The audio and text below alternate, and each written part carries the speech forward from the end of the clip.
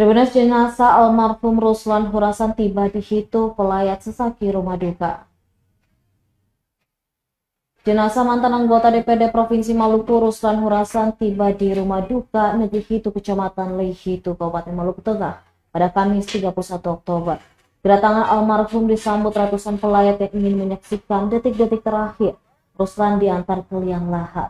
Pelayat yang datang beragam, baik dari kalangan anggota DPRD, tokoh politik, tokoh agama, kolega hingga lapisan masyarakat. Banyak pelayat membuat rumah duka menjadi sesak. Pihak keluarga terpaksa harus membatasi pelayat yang hendak masuk untuk melihat jenazah almarhum. Jenazah almarhum telah dimakamkan di tempat pemakaman umum Desa setempat siang tadi. Ruslan merupakan satu dari 7 korban meninggal dunia dalam peristiwa ambruknya jembatan di pantai Pulau Hatta, Kecamatan Kepulauan Banda pada Rabu 30 Oktober.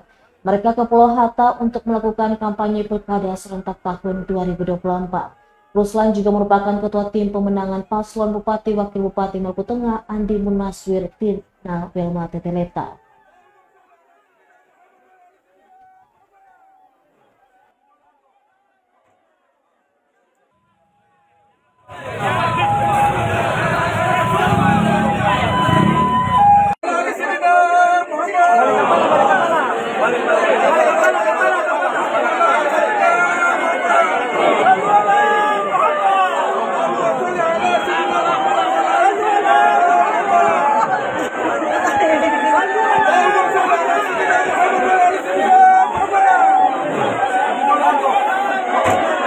Download Tribun X sekarang, menghadirkan lokal menjadi Indonesia.